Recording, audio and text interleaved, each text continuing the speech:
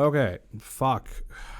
So I recorded this already, but turns out my fucking OBS wasn't working.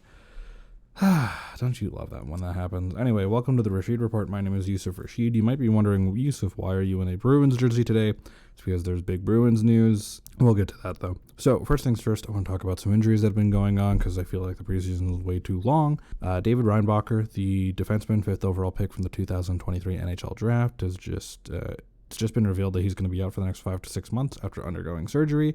I wish him the best and a speedy recovery, David. And when you come back, I hope you kill it because I really want to see you play with Lane Hudson, obviously, and will be good.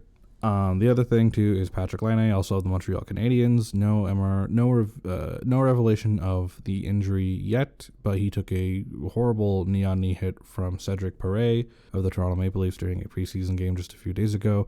And again, with Patrick, I hope for a speedy recovery for him, but it looks bad, and I feel horrible for him because, he just got traded. Hopefully this is where he would have a fresh start again, after everything that's been going on with him in his life and in his career, so we'll see. But again, to Patrick Laine, speedy recovery.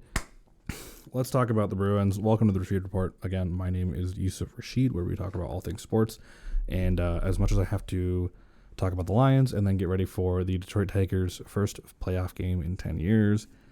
Let's talk about the Boston Bruins. So the Boston Bruins are in a weird situation right now. They spent a shit ton of money at at free agency this offseason, acquiring Elias Lindholm and Nikita Zadorov to bolster their team. Elias Lindholm more than likely is going to be that top line center they've been looking for to replace Patrice Bergeron after his retirement, and Nikita Zadorov is there too.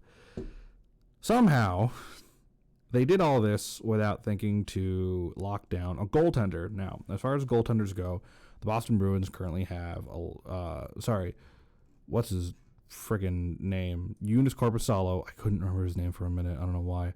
Who, of course, used to play for the Columbus Blue Jackets and then to the Ottawa Senators in a trade. He is now a Boston Bruin after they acquired him in a trade where they sent Linus Ullmark. Cool.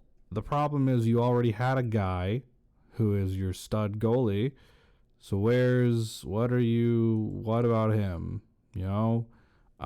That's a problem. I'm looking at something right now, trying to find some information. I don't know what the hell you're thinking. So anyway, let's talk about the situation. Here's the actual situation. Jeremy Swayman, who was their, I don't want to call him a backup, but I'm going to call him their 1B goalie of the last 2 seasons underneath Linus Ullmark, is an RFA this year. He's an RFA, he needs a new contract, and he's more than likely going to be the guy in Boston moving forward after putting up some pretty good numbers and a, pretty good playoff performance too, all things considering. But the Bruins said, yeah, what if we didn't pay you yet? And by the way, it's preseason right now. Season starts next week, so it's like, dude, what are you doing? You need to lock down your number one guy. This has gotten weird, because things started out with the Spitting Chicklets podcast, Paul Bissonnette specifically, saying that Swayman has been calling them, but the Bruins haven't been picking up, and vice versa, and they're not figuring out a number, they're not figuring a middle ground, things like that. And the Jeremy Swayman situation has been growing and growing just slowly, but it really got to a head yesterday when Cam Neely, in a press conference with the Boston Bruins, had said that he can think of 64 million reasons as to why Jeremy Swayman should be playing for the Boston Bruins, hinting that they offered him a $64 million contract, meaning more than likely 8 years, $8 million against the cap each year, which I think is reasonable money for Jeremy Swayman because he just isn't of the elite yet. But he's a number one guy, for sure. He's just not in that upper elite tier of like an Vasilevsky or like a Shesterkin, for example. Now, this statement from Cam Neely came out and it was public, by the way. This is on a press conference later that night, and this is yesterday. At the time of recording, this is it is 12:40 on the 1st of October. Yesterday, sometime in the evening, from Louis Gross, who is Jeremy Swayman's agent, had said the following. Normally, I do not release statements or discuss negotiations through the media. However, in this case, I feel I need to defend my client. At today's press conference, $64 million was referenced. This was the first time that number was discussed in our negotiations. Prior to the press conference, no offer was made reaching that level. We are extremely disappointed. This was not fair to Jeremy. We will take a few days to discuss where we go from here. Oh my, where's the popcorn? Start eating that shit up. because now apparently that $64 million never existed. That's not good. If the Bruins are lying about what they're trying to offer Swayman to get him to stay, this is all public. And now it's just like, oh, if I'm Jeremy Swayman, I don't have a reason to want to stay if the team I want to be on is lying about it. So this all goes on. There's, I believe it was Bleacher Report's Open Ice, their hockey account, had put out a tweet earlier on X/Twitter from their source being Frank Saravalli that the Bruins actually offered him 7.8 and not 8 million a year. I don't know. I just don't know what's going on right now. It's a weird situation, but I want to talk about numbers for a second because, like I said, I love Jeremy Swayman, and I think he's a great goalie, and I think he's the bona fide number one guy for the Boston Bruins. I don't know if he's worth more than what the Bruins are offering, or theoretically offering him. So let's get to Hockey DB and just look at this. These are his numbers from obviously his whole career. Shout out Hockey DB, great database for everything.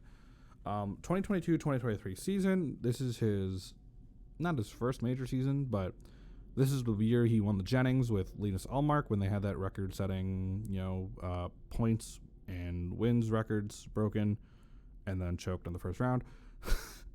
37 games played, 24 wins, 6 losses, 4 ties, overtime losses, with a save percentage of .92 and a goals against average of 2.27. Now, if you look the year prior, 21-22, 41 games played, 2.41 goals against, so it's an upgrade. The year later, 23 wins, 14 losses, a .914 save percentage, and then he spent some time in Providence. Like, there's an upgrade. You can see he's getting better. The year after, which was this past season, though, where he kind of was properly splitting time with Linus Ullmark, 44 games played, 2.53 goals against, so a bit of a decline there. 25 wins, it's 1 win extra, but 10 losses, 8 overtime losses, .916 goals against average, right? It's not that he's bad. These are still solid numbers. Like a .916 is kind of the minimum now in NHL for like upper tier goaltending. But is that worth more than, say, an Andrei Vasilevsky? Is that worth more than a UC Saros? Is that worth more than Igor Shesterkin, who apparently wants a shit ton of money? UC Saros, who just signed his extension with the Nashville Predators, he is going to be making $7.74 million up to 2032 to 33. He got the long term. Predators obviously have that window for the playoffs. Let's look at his numbers from this past season. Okay, so 64 games played, right? 2.86 goals against average, but 35 wins, 24 losses, .906.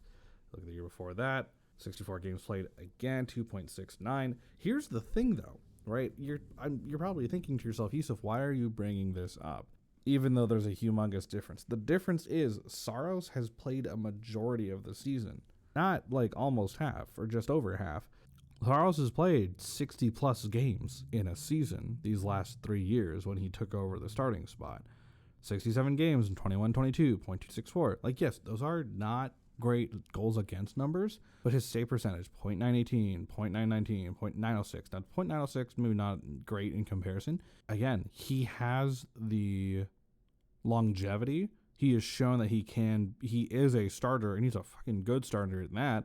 That's why he's making $7.74 million against the cap. Now, that's a steal. He could probably be making more, but that is a fucking steal of a deal. For Swayman, maybe if he had a bridge contract, I think that would be fine. I don't know how much money his camp is expecting.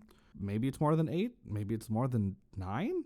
I don't see any more than 8 at this point. Like 7.5, I guess, take it or leave it. And him being an RFA, it's either you take it or leave it, or he gets traded. Now, there's rumors going around right now that he could actually be traded out of the Boston Bruins. Elliot Friedman from Sportsnet and Hockey Night in Canada has been suspecting that for the last little while and elaborated on it a little bit on the most recent episode of 32 Thoughts, the podcast, with himself and Kyle Bukauskas. Oh, what do you do to trade Swayman, though? There's plenty of teams that would love a proper number one guy like Jeremy Swayman, long term. He's 25 years old. He's got his whole career ahead of him. What do you give up for him? What do the Bruins want? I'd assume they want something goaltending wise, because I don't know if they're fine with just Joonas Korpisalo. So there's probably a lot of teams that would want a Jeremy Swayman. Maybe a rebuilder like San Jose, probably not, because they just got Yaroslav Askarov. The Anaheim Ducks, even, they're fine because they have John Gibson still locked down for a few more years, and they have Lucas Dostal, who's going to be starting this year because John Gibson is out from appendectomy. Well, who do you go to? Like, there's no way they trade him to the Leafs, right? My thought, and this was a rumbling, but also more just like a fever dream that Paul Bissonnette was saying last night. I'm quoting him a little too much today. The Red Wings could be interested. And the Red Wings have 4 goalies right now between Ville Husso, Alex Lyon, Cam Talbot, and Jack Campbell, which is weird. Maybe we offload some of those guys and get Swayman. That'd be nice. But then what do we pay him? We don't have money to pay Jeremy Swayman right now. We'd have to offload things that take up cap to then make up room for whatever Jeremy Swayman wants. If I were him, I'd take a bridge deal. Maybe 4 years at like 5.5 or something, or another 4 years at 4.5. And I know he's probably sick of taking bridge deals because he wants to be the guy. But if I'm the Bruins, I think, I'm kind of in the right of, look, man, we know you're good and we want to keep you, but like we can't go any higher than that because you're just not in that upper level of demanding more money. Not like a Bobrovsky, $10 million a year he's making, right? Carey Price. Again, Vasilevsky, but he's more of a steal contract, and then Shesterkin. Shesterkin's asking for like 10 or 12 at this point. I don't know. We'll see what happens. Obviously, think crazier things have happened in the NHL, and I kind of am on the side of Jeremy Swayman staying in Boston. I think they figure something out. I don't think he gets traded, so we'll have to see. But until then, that's hockey stuff, and then I have to go film a video about the Lions. So until then, though, this has been the Rashid Report. My name, of course, is Yusuf Rashid. I will see you soon, whenever that might be. Goodbye, farewell, adieu, moi, boom.